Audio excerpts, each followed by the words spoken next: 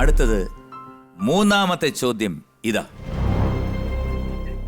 തിലകൻ ചെയ്ത മേസ്തിരി കഥാപാത്രത്തിന് തൻ്റെ ശിഷ്യൻ കൊണ്ടുവന്ന് കൊടുക്കുന്ന സമ്മാനം എന്താണ്?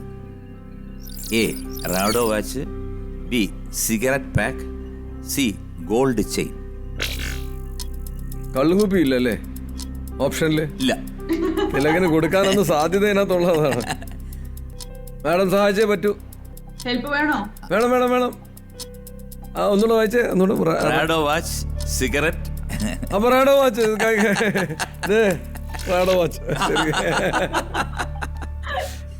ഓപ്ഷൻ എ റാഡോ വാച്ച് ഞാൻ എടുത്തിട്ട് പൂട്ടിയിരിക്കുന്നു. പൂട്ടിയിരിക്കാം. ഓക്കെ, യെസ്, പൂട്ടാം പൂട്ടാം. Thank you. അപ്പം ലെന കേട്ടില്ലല്ലോ, ശ്രീജിത്ത് പാടുന്ന കേട്ടില്ലല്ലോ. ആ, ഞാൻ യൂട്യൂബില് വൈറലായതൊക്കെ അറിഞ്ഞു, കേട്ടു.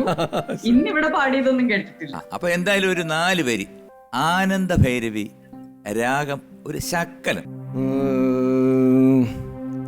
ആനന്ദ ഭൈരവി. ആനന്ദ ഭൈരവി നമ്മുടെ ആറാട്ടിന് ആനകൾ എഴുന്നള്ളി കറക്റ്റ്.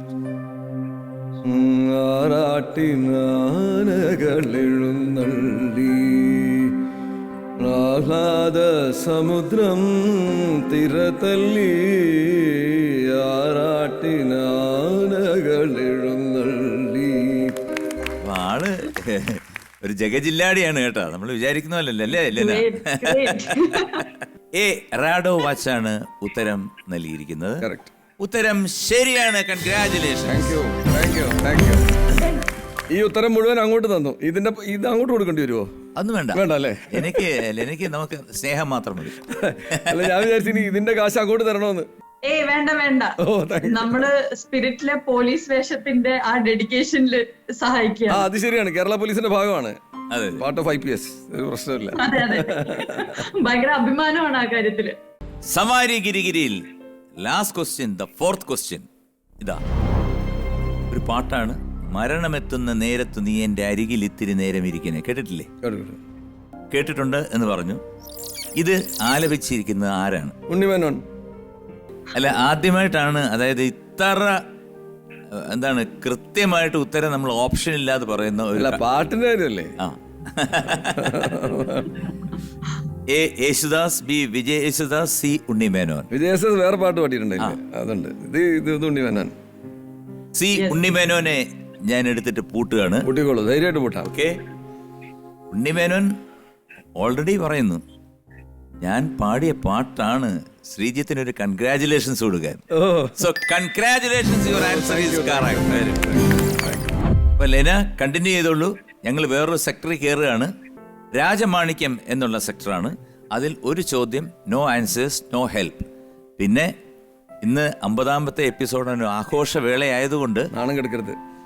10 സെക്കൻഡ് ഉണ്ട്. അതിനു മുമ്പ് വേണമെന്നുണ്ടെങ്കിൽ ലെനയ്ക്ക് 10 സെക്കൻഡിനുള്ളിൽ ശ്രീജിത്ത് പറഞ്ഞില്ലെങ്കിൽ you can tell. Okay, so we are going to Rajamanikyam.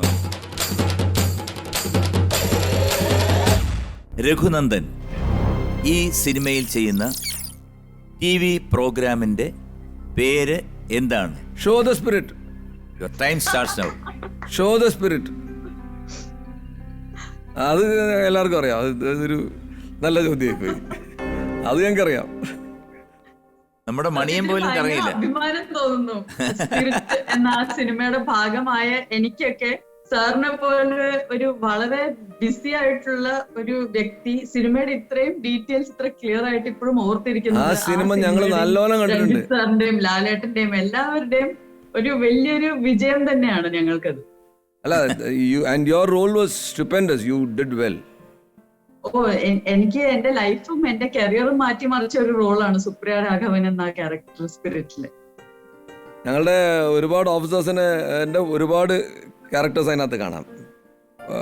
Body language was very good. ഒരു ASPയുടെ ബോഡി ലാംഗ്വേജ് നന്നായിട്ട് കാണുന്നുണ്ട്. ASPയുടെ ഇംപേഷ്യൻസ് കാണുന്നുണ്ട്. ഞങ്ങൾ ASPമാരൊക്കെ പോയിട്ട് ചുമ്മാ നാട്ടുകാരെടുത്തിട്ട് ഇരിക്കുന്നൊക്കെ കാണിക്കുന്നുണ്ട്. ഞാൻ ആ കൊച്ചിനെ പിടിച്ച് ഭയങ്കര ഇടിയായിരുന്നു. ഒരു മോളിൽ നിന്ന് ഒരു പയ്യനെ പിടിച്ചിട്ടേ. Thank you so much sir. ഇതൊരു അവാർഡിന് തുല്യമാണ്. അപ്പം എന്തായാലും കൺഗ്രാജുലേഷൻസ്. 20,000 rupees അക്കൗണ്ടിൽ എത്തിക്കഴിഞ്ഞു. അതാണല്ലോ ഇതിന്റെ ഒരു അത്.